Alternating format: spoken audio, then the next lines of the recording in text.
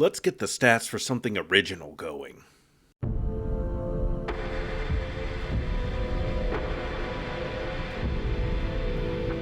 Hello there everyone, and welcome back down here to the Gamer's Den with me, your host, Jordan, your master of lore and storyteller extraordinaire. We are still coming up with unique zombie variants here for today's quick tips for DMs. Today we are going over one that I had come up with some years ago. It's an original idea, though it is inspired by, in particular, the games of Dead Island and State of Decay, as well as Left 4 Dead. We'll get into why this was unique, how it was just kind of inspired by all of that. We're going to be going over the stats and also how I had increased the stats to create a more advanced version of this same zombie. But before we get into all of that, if you're new here to the channel, go on down there, hit the subscribe button, and become a regular member here at the Gamer's Den. Or if you've already gone on ahead and listed yourself on that incredible roster of legendary heroes, then go on down to hit the like button and share the video far and wide.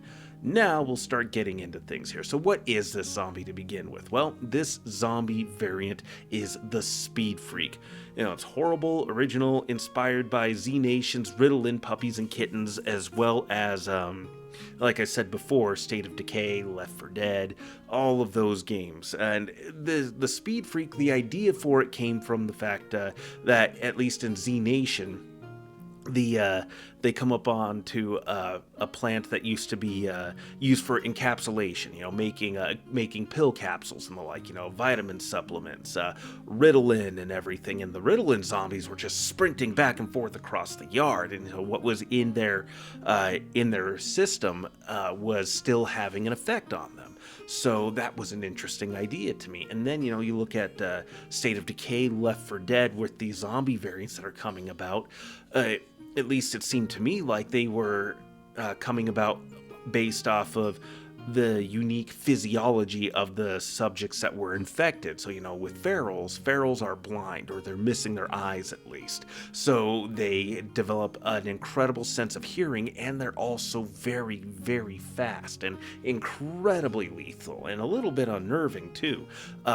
Boomers are massively bloated, and that when they explode or vomit on you, they attract hordes and hordes of other infected. Smokers, they have that hacking, coughing noise and sound, and they're also able to erupt this massive tongue from their mouths, made up of their intestines, possibly their other organic tissues, wrap around you and drag you out of place, either off of an edge, leave you up hanging and dangling somewhere, being surrounded and probably beaten down by, again, another horde of infected.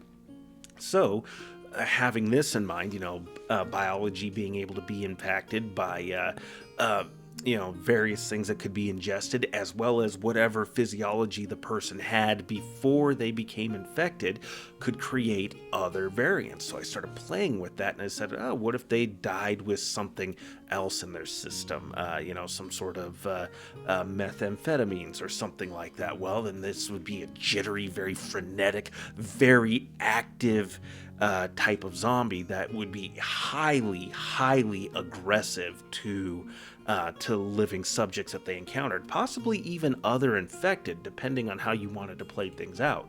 So as far as their stats goes, starting off, the Speed Freak gets a +7 to their perception and has a speed of 30 feet.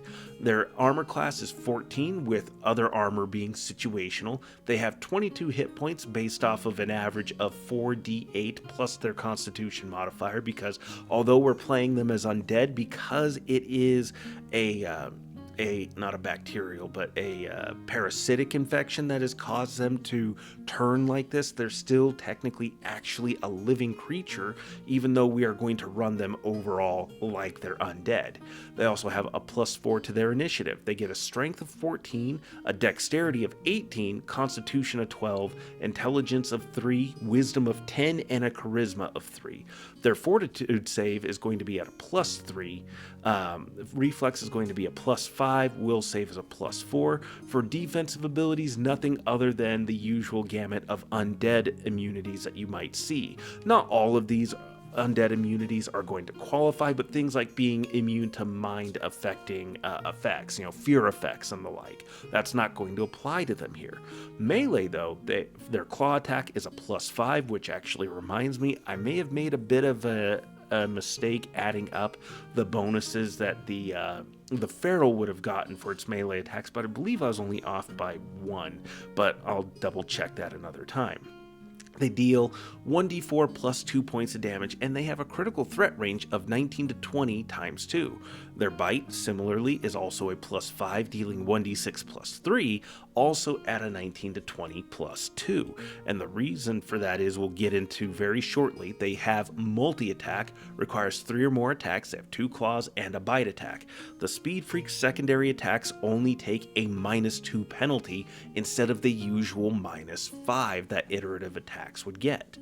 Jagged claws and teeth. The broken shards of teeth and finger bones of these frenetic undead have a greater chance of inflicting horrific wounds, increasing the crit range of their natural attacks by 1, 19 to 20 times 2, so that's how they have a more expanded critical hit range. Frantic pace. The Speed Freak gains the run feat for free. The run feat isn't the most amazing thing, but this zombie does end up being a little able to clear distances a little bit more reliably than some of their counterparts would be able to. For skills, we're only focusing on their perception for +7. We're not worried about them climbing, jumping, anything like that. If we do need to do that, we can just kind of calculate it off on the fly. These infected are not getting an incredible amount of skill points anyway, so because again, undead and with that low intelligence score, they are taking some penalties to the number of skill ranks they can acquire.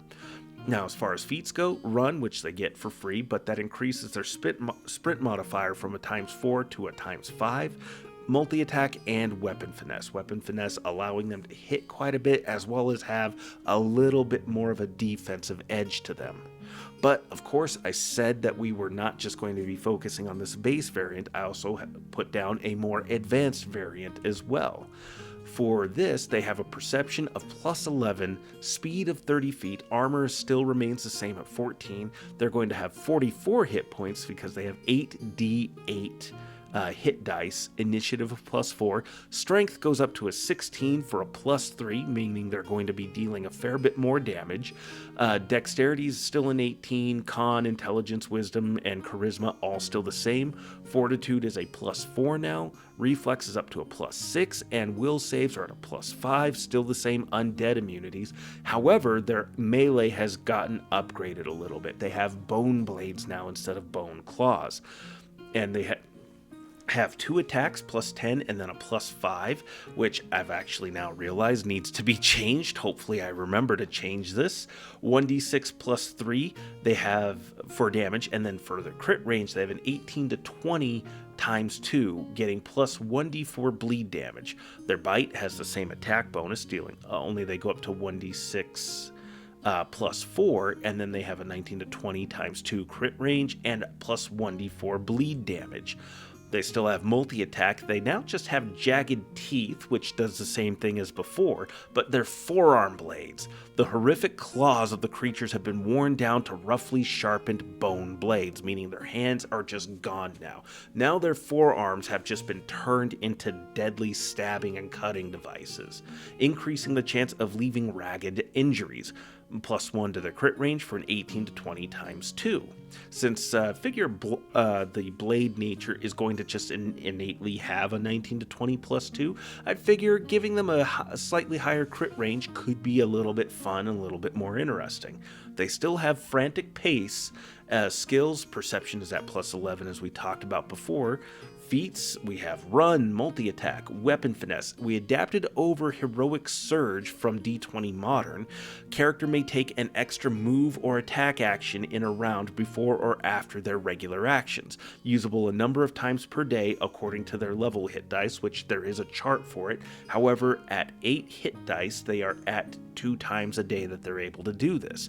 It seems to fit overall here, and I like this well enough, and whether or not you want to make this something available to your players, or if you want to adapt this instead of being a feat, make it an ability inherent to the advanced version of the Speed Freak, that's perfectly fine as well too. They also get the bleeding attack ability. Counts as having improved unarmed strike for the purposes of having this, and they deal plus 1d4 bleed damage with their natural attacks. So their bone blades, their bite attacks. This gives them another avenue of dealing damage. Combine this with the fact that, again, you could go further by adding in the blood plague template over top of this, change up some more about the speed freak, and then have them start dealing incredible damage and giving them a high rate of infecting the players or living NPCs that they come into contact with, and you have an incredibly dangerous kind of zombie to be throwing out at people.